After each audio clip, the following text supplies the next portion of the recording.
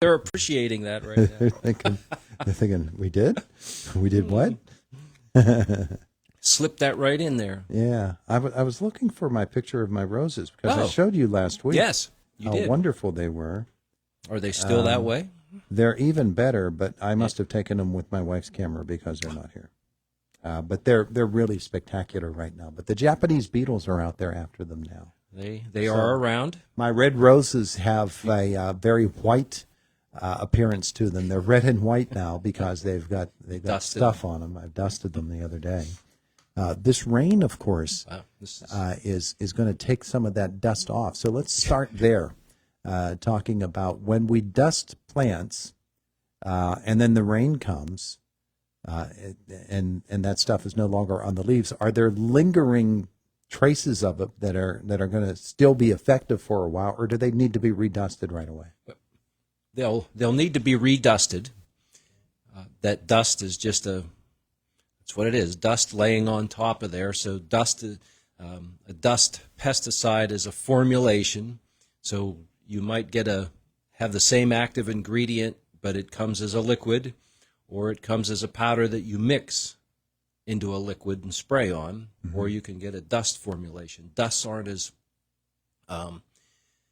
readily available or as popular as they once were, but you shake it on there and you get the coverage, same effect. But yes, as we get rain, especially if we get enough rain that washes it off, there may be a little bit of residue left there, but probably not enough to do the job, especially if we've had a half to an inch of rain. Yeah. Then we'd want to reapply. Grapevines are really, really tasty to Japanese beetles, and Yes, so are zinnias. They love zinnias too.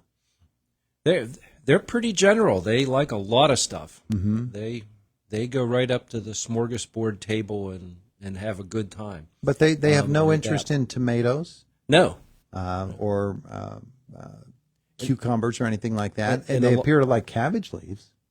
yeah, yep. So yeah, right, waxy, more things that are smoother, less hairy. Sometimes we can't necessarily see the hairs on leaves, but tomato plants, if you look close or have magnification, you can see, and you can almost feel that. So some of those types of characteristics are helpful to the plant. They help them repel certain insects. So that's a good thing for those tomato plants. There's other worms that'll just devour right through that. Tomato hornworm and things like that they don't care. Yeah. They'll defoliate the plant in a hurry. Let me ask you this. But those, you're right. They will usually feed between the veins. So when they're done feeding, you'll see holes all throughout the leaves, or a skeletonized leaf is what you end up with adult Japanese beetle feeding. Yeah. But, you can see them. They're big enough. A lot of times, in the daytime, you can walk right up. You can see that they're there. You can shake them off into a can. And a lot of time, if the population's not too heavy, you can take care of them that way. Wanted to ask you this, because last week we did get a call about spraying for blight. Yes. Today, of course, is a different type of day than we've had for quite some time. We've got a misty rain falling outside. It's kind of breezy as well, and sometimes we get a little crazy and we think, well, that's it. There goes the whole tomato crop because we've got a little bit of rain. But things do ride the breezes, don't they? And Yes. and that's how they transport from one area that's infected to another area. So, in the broader sense, beyond just our region, have you noted anything that is coming in this direction, seeing as how the prevailing winds come from the west? Yes. Not with late blight. That's not made the scene yet.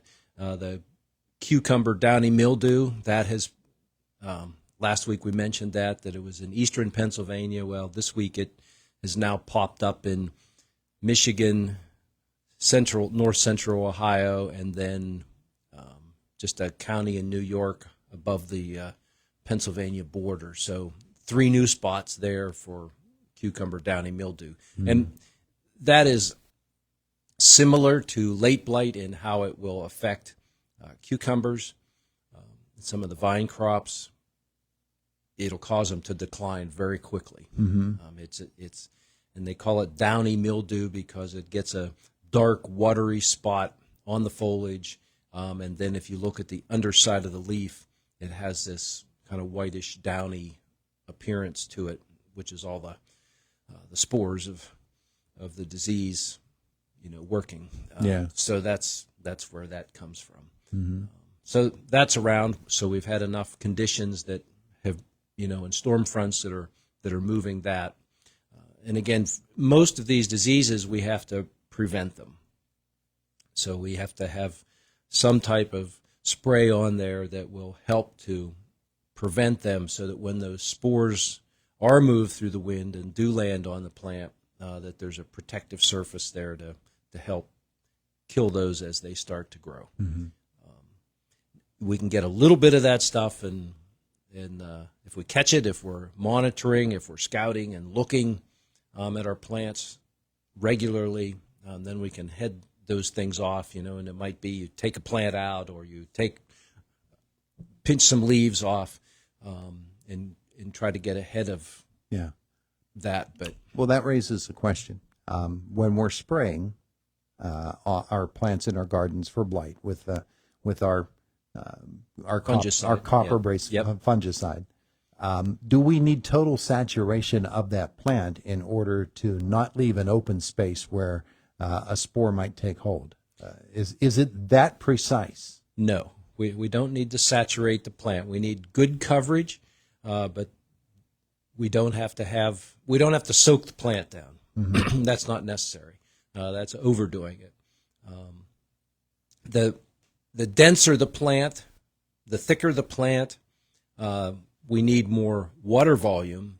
Most pesticides are labeled at a rate per gallon or a rate per acre square footage. So we just have to look at that, mix it up so that we're covering that area or in that volume of water to get the right concentration. And then we just need good coverage.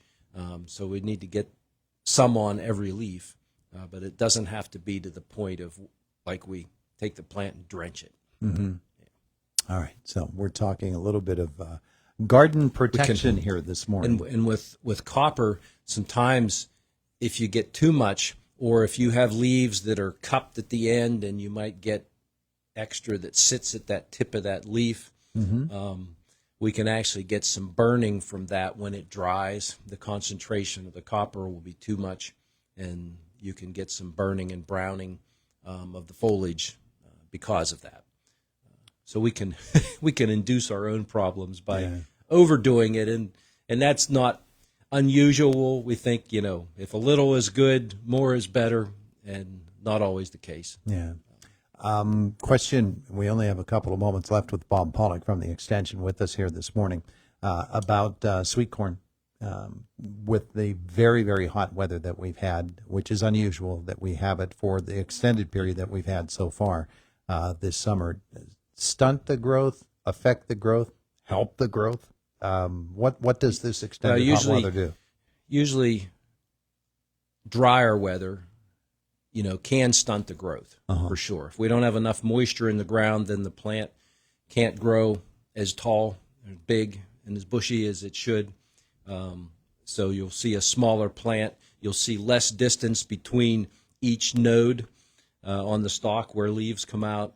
So it'll be a shorter plant, which means the ear will be closer to the ground, and then that can also affect the ear size as well. So definitely.